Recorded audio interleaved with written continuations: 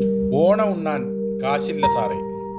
കുടുംബശ്രീ ജീവനക്കാർക്ക് 32 ലക്ഷം രൂപ കടമായി നൽകി സുരേഷ് ഗോപി. സംസ്ഥാനത്ത് ടൂറിസം വകുപ്പിലെ കുടുംബശ്രീ ജീവനക്കാരുടെ അവസ്ഥയാണ്. 5 മാസമായി അവർക്ക് ശമ്പളം കിട്ടിയിട്ട്.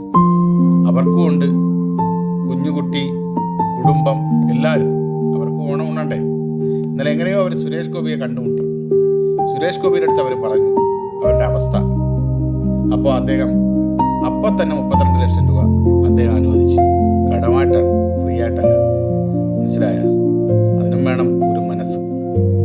അദ്ദേഹം അധ്വാനിച്ച പണമാണ് അവർക്ക് നൽകിയത്. അത് കിട്ടിയ സ്ത്രീകൾ ദൈവത്തെ പോലെയാണ് സുരേഷ് ഗോപിയെ കാണുന്നതെന്നും പറഞ്ഞു. ഇതൊക്കെ കാണുമ്പോൾ കുരുപൊട്ടുന്ന ചിലരുണ്ടാവും. അവർ കുരുപൊട്ടട്ടെ. അതാണ് സുരേഷ് ഗോപി എന്ന നന്മ മരം.